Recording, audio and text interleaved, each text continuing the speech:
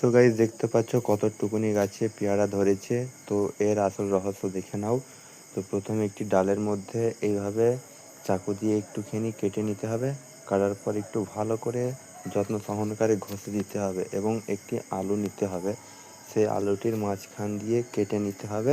তারপরে এইভাবে সেই কাটার মধ্যে আলুটা লাগিয়ে কিছু কাঠির মাধ্যমে পুঁতে দিতে হবে এবং এই একটি প্লাস্টিক নিয়ে এই জিনিসটিকে ঢেকে দিতে হবে যাতে নোংরা না পড়ে এবং তার মধ্যে কিছু মাটি ঢুকিয়ে দিতে হবে সেই প্লাস্টিকের মধ্যে, কেননা গাছে শেকড় ছড়াবে।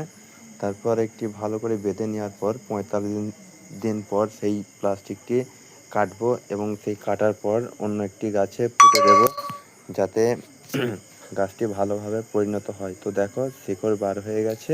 তো আমি একটি আলাদা প্লাস্টিকের মধ্যে পুঁতে দিয়ে কিছু জল দেওয়ার পর এই যে আমার পেয়ারা গাছের পেয়ারা ধরে গেল। তো নেক্সট ভিডিও আসার জন্য চ্যানেলটিকে সাবস্ক্রাইব করবেন।